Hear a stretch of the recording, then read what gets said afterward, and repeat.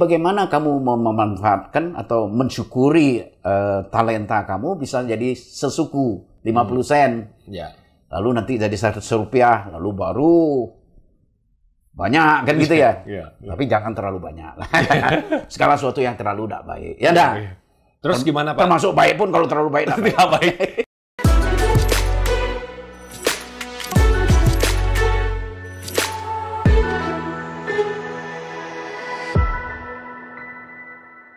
Ya mereka tidak pernah dibantah. Jadi orang tua dulu apa? Petani kopi? Salah satu, bukan. Jadi supplier khusus untuk PT Barito tuh. Tadinya kan mama saya sama lah dengan bangsa lain. Tapi lama-lama karena dipercaya, mama saya itu yang saya dapat dari mama saya, kita itu namanya pengusaha itu hidup dari kepercayaan orang. Oh, jadi mama itu woman entrepreneur? Wow, itu paling terkenal di Bali. Mama saya itu toko halus itu. Itu pernah dengar tuh? Ya itu toko karena halus. Otaknya itu kayak komputer.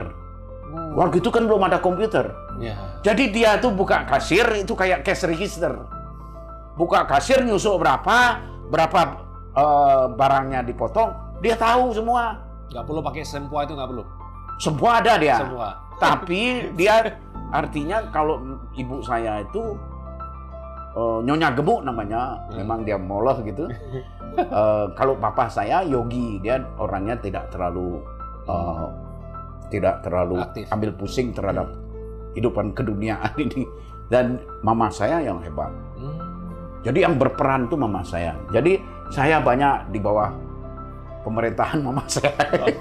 Tapi saya orang yang bandel, artinya orang yang merdeka mungkin ya, tapi kan untuk orang tua waktu itu kita dianggap bandel. Jadi saya tuh kan kurang suka sekolah. Sekolah ya saya juara terus, tapi saya tidak pernah belajar. Orang mau dimasukin kelas berapa? Kelas taman kanak-kanak tuh. Itu mereka do re mi fa sol la si do. Saya bilang apa ini gitu. Akhirnya saya protes sama bapak saya. Lalu dia bilang, kayak apa ini? Lalu kamu maunya apa? Kelas 1, kalau kelas 1 udah mau sekolah? Wih, langsung diantar oleh Pak Kajang, itu salah satu anak buah orang tua. Lalu di kepala sekolahnya Pak Ide Bagus Sutemaya itu di SD 14 itu ditanya, mau kelas 1? Ya. Ini berapa? 1, 2, 3, 4, 5, 6, 7, 8, 9, 10. Udah. Pegang kupingnya, pegang. Udah, kelas 1. Jadi lompat? Bukan lompat, itu mungkin sudah waktunya juga.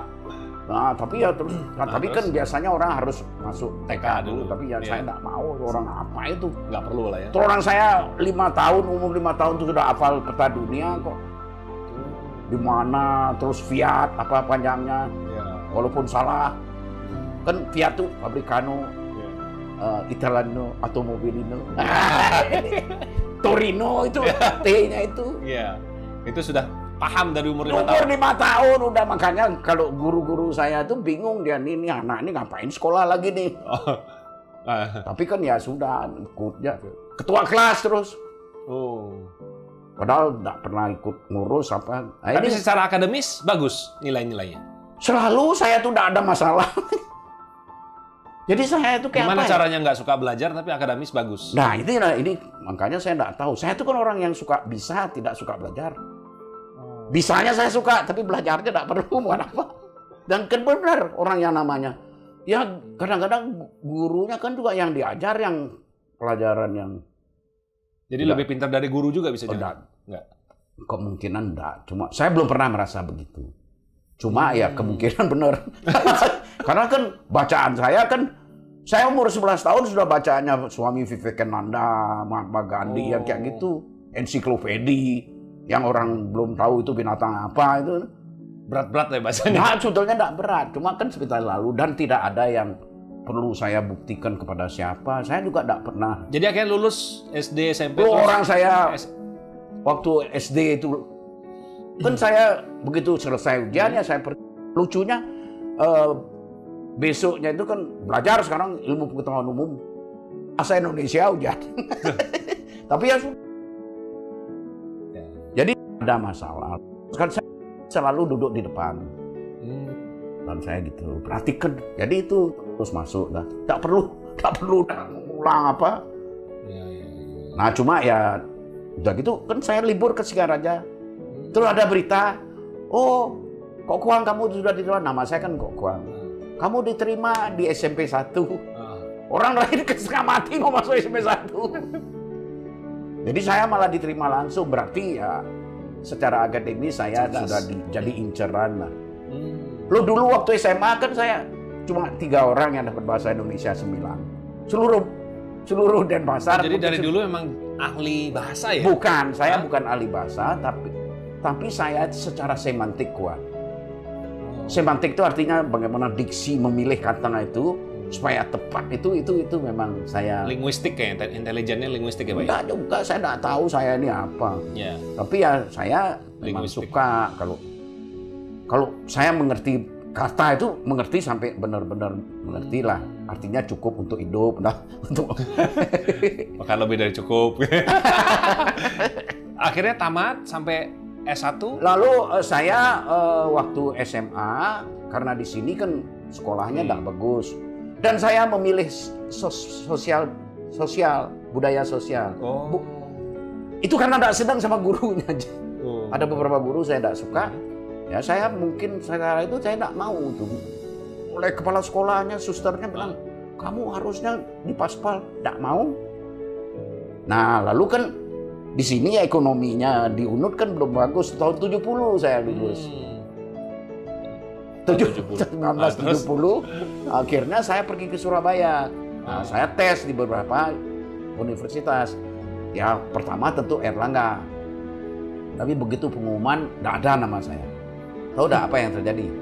Begitu saya balik begini, sudah nunggu 2 orang. Dek, tidak usah.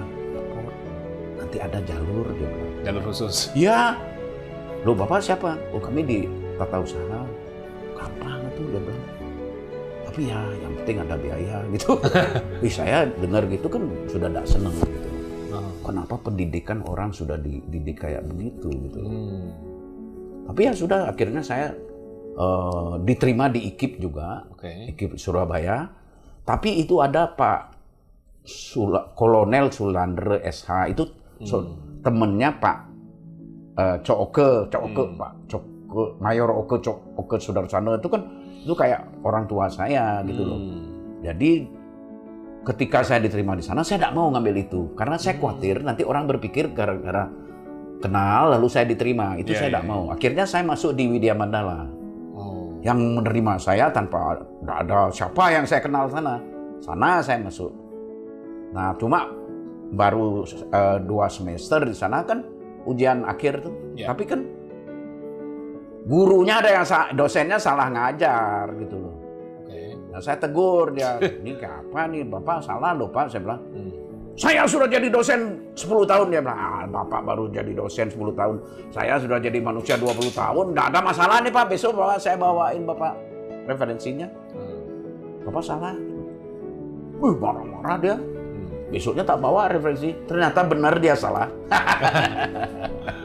Tapi akhirnya minta maaf cuma berdua. Nah tapi akhir tahun saya lulus semua. Cuma 1 mata pelajaran yang nggak lulus. Ya tak cari ke kantor. Apa itu Pak?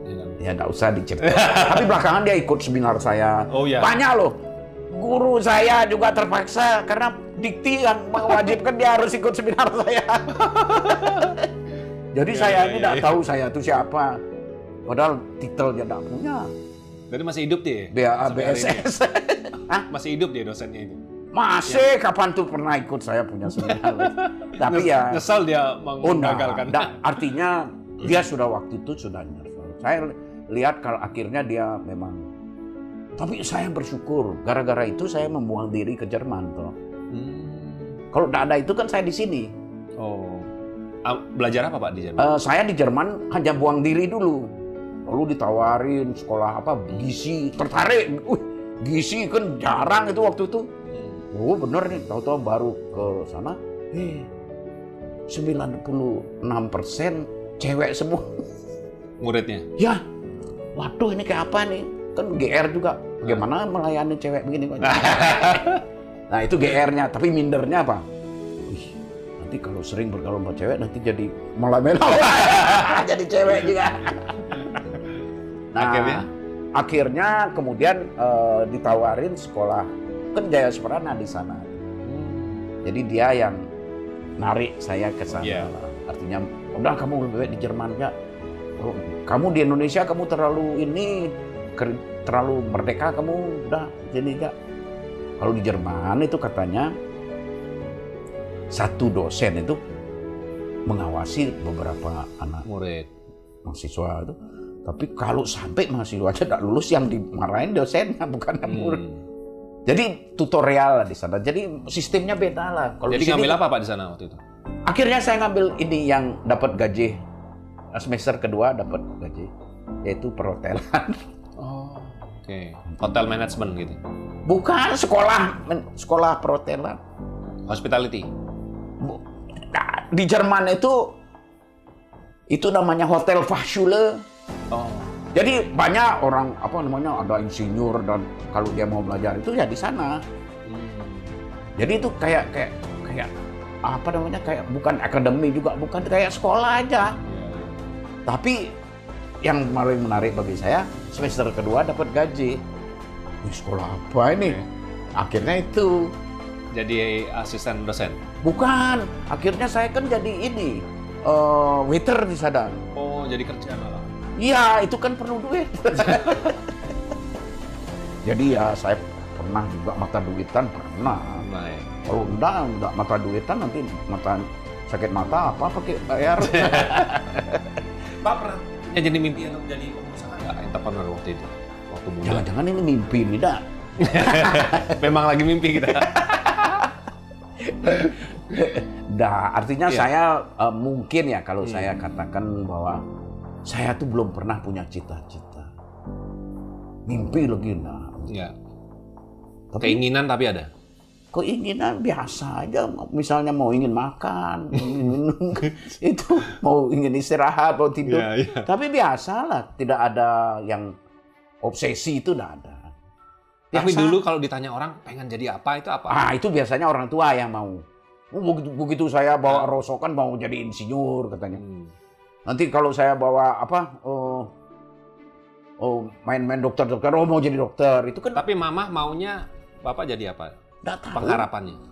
Belum tahu. Sampai sekarang nggak tahu. Boleh ditanyakan nih. Udah meninggal. Oh, udah meninggal. Almarhumah sudah lama. Karena meninggalnya 92 tahun. Nanyanya nanti. Nah, cuma ya itu kan kelihatannya kita tanya diri saja. Iya. Jadi kalau saya dulu tuh kan ya 3 tahun ngumpulin duit gitulah. Tapi dari dulu memang sepertinya talentanya making money gitu Pak ya? Sebetulnya nipu orang. Gitu. Tapi saya nipunya dengan beriktikad. Oke. Niat saya benar-benar baik. Menarik itu. Saya belum pernah berniat buruk kepada siapapun. Apalagi terhadap diri saya sendiri. Dah. Jadi saya tuh sebetulnya kan modal dasar saya kan sebetulnya iktikad. Iktikad itu artinya niat baik yang benar-benar baik. Lebih baik maupun terbaik. Tapi jangan terlalu baik. Apalagi terlalu tidak baik, jangan. Yeah. Dan ini cocok dengan budaya bangsa kita yang sesungguhnya. Karena budaya bangsa kita atau yang disebut kearifan lokal Indonesia yang suhu-suhu Indonesia adalah punakawan. Ponokawan itu. Ponokawan itu kan kalau yang Rama Sinta, Bratayuda itu kan dari India. Tapi kan dilengkapi dengan Ponokawan itu. Nah, Ponokawan inilah dipimpin oleh Semar, Betara Semar. Nah, Betara Semar inilah yang salah satu yang saya ingat. Jadi yang banyak mempengaruhi saya sebetulnya salah satu Pak Lambang Suprana itu. Jadi papinya Jaya Suprana itu. Dia di rumahnya itu ada tuh gambarannya Semar. Ada di bawahnya tertulis Ojo Dume. Nah itu kalau diterjemahkan secara sederhana itu berarti jangan mentang-mentang. Jadi mentang-mentang itu yang membuat kita itu menjadi manusia yang tidak merdeka. Jadi kalau orang itu harusnya ya itu baik, jujur, ramah, rajin, bertanggung jawab. kemudian berimajinasi, kemudian berinisiatif, lalu berani, bersyukur, bermanfaat, tekun dan tahu diri. Itu yang sikap hidup yang kami miliki di Joger. Dan dimulai dengan ikhtiar. Udah berapa lama Pak Joger ini? Kami bukan sudah, baru berapa lama? Baru 40 tahunan. Baru 40 tahun. Karena kami mulainya itu kan kalau pakai nama Joger itu baru mulai tahun 81. Nah jadi itu pun karena harus pakai nama. Maunya saya tidak pakai nama. Karena saya kan yang penting ya kita membatalkan diri jadi penganggur, membatalkan diri jadi parasit, membatalkan diri jadi benalu. Ya dah. Itu yang sebetulnya mendasari kenapa saya sampai jadi pengusaha. Dulu kan saya jadi guide. Lalu membantu di perusahaan keluarga juga. Tapi kan ya dulu lama-lama perusahaan keluarga jualan apa Pak? Oh jualan Toko halus itu? Iya.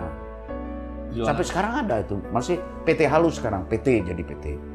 Jadi Jualan distributor. Distributor. Macam-macam termasuk Bimoli. Oh. Nah ini enggak tahu tadi saya ditelepon oleh pihak prinsipal Bimoli tadi mau ngomong-ngomong. Oke. Katanya dia bingung. Nanti tambah bingung loh kalau ngomong ke saya. Nah coba ya itu saya hanya mengawasi. Jadi mulai Artinya, 81 Joger ini. kami ya Joger 81. Awalnya jualan apa ini Joger? Kami sebetulnya tahun 80. Oke. Jadi kan ketika anak saya lahir itu bulan Agustus kan kalau nggak salah 3 bulan dia umur. Saya heran gitu loh. Ketika anak saya lahir, kok saya yang dulunya anak kok bisa punya anak? Menarik dia. Wih, kaget saya. Iya. Bisa jadi religious experience. Jadi Akhirnya, sakti mandraguna nih. bukan Enggak. sakti, cuma aneh, Aneh. ajaib dan layak disyukuri kan gitu ya. Tapi lalu saya lihat nih kapan nanti kalau dia sudah gede lalu dia tanya apa kerja apa guide yang enggak jelas. Ya. Kan guide itu kan kayak obat. Ya. Nanti banyak tamu enggak bisa ditangani. Ya. Enggak ada tamu kita tidak bisa menangani diri sendiri. Jadi repot. Tapi ya tetap bagus lah. Sambilan semua lah. Serabutan lah. Serabutan. Marketing. Markelar everything. Wih, marketingnya. Tapi saya tidak maklar, saya belum. Saya suka jadi maklar. Saya lebih suka mengambil risiko. Ya, jelas jadi. 81 mulai jualan kaos. Bukan, kalau 80 kalau tidak salah itu bulan Agustus saya berangkat ke Jawa. Dengan semangat. Ya, saya bawa uang cuma yang akan dipertaruhkan cuma 500.000 waktu itu. Tapi nginep di hotel kan cuma 3.500. Wow. Sudah dapat breakfast. Oh, dulu 3.500 Pak? Iya. Bintang apa itu bintang? Itu tidak pakai bintang. Bintang apa gitu? Kalau saya sendiri tidak pakai bintang. Tapi kalau ngajak istri, ngajak anak, ya saya cari yang ada lah. Ya. Swimming poolnya. Iya. Iya, iya. Ya harus tahu diri. Iya. Nah, jadi berangkat ke Surabaya cari peluang. Oh, bukan Surabaya saja. Itu sebetulnya mulainya yang saya tuju itu Malang. Oke. Malang itu kan ada daerah Dinoyo namanya. Itu daerah sentra keramik. Nah di sana saya banyak sekali punya orang, Pak Syaiun, Pak Syamsuri, banyak sekali saya punya orang di sana yang saya pelihara hubungan bagus gitu loh. Dan terus berkembang Pak Ngadiman, terus banyak kali. Nah kemudian lagi saya ke mana ke Cepu nyari yang orang bikin kayu gitu. Terus keliling itu setiap 2 bulan saya dulu ke sana. Nah saya kan juga jual batik. Tapi kan nggak punya pengetahuan tentang batik. Nah ini yang berjalan ikhtikat lagi. Yang penting niat kita baik, lebih baik, terbaik. Tapi tidak mau terlalu baik, apalagi terlalu tidak baik. Itu yang saya bawa. Oke. Jadi kemanapun saya... Itu dari dulu ya berarti? Ya, sudah enteng. Tapi dulu saya hanya bilang itu ikhtikat itu niat baik. Dulu. Tapi setelah saya renungkan itu harusnya jangan sampai terlalu baik. Apalagi terlalu tidak baik. Jadi yang perlu kita hindari dalam hidup ini adalah terlalu. Jangan sampai terlalu. Terlalu kaya juga nggak boleh ya? Jangan. Jangan. Terlalu kaya itu kan karena sudah eksesif. Oke. Gara-gara kamu terlalu kaya, lalu tetangga jadi terlalu miskin. Gitu ya? Itu eksesif. Yeah. Makanya saya penganut konsep dan praksis optimal. itu disebut wajar. Jadi apa-apa itu jangan kurang ajar, harus wajar. Ya. Tapi kalau sampai harus kurang ajarlah sewajar-wajarnya saja. Ya.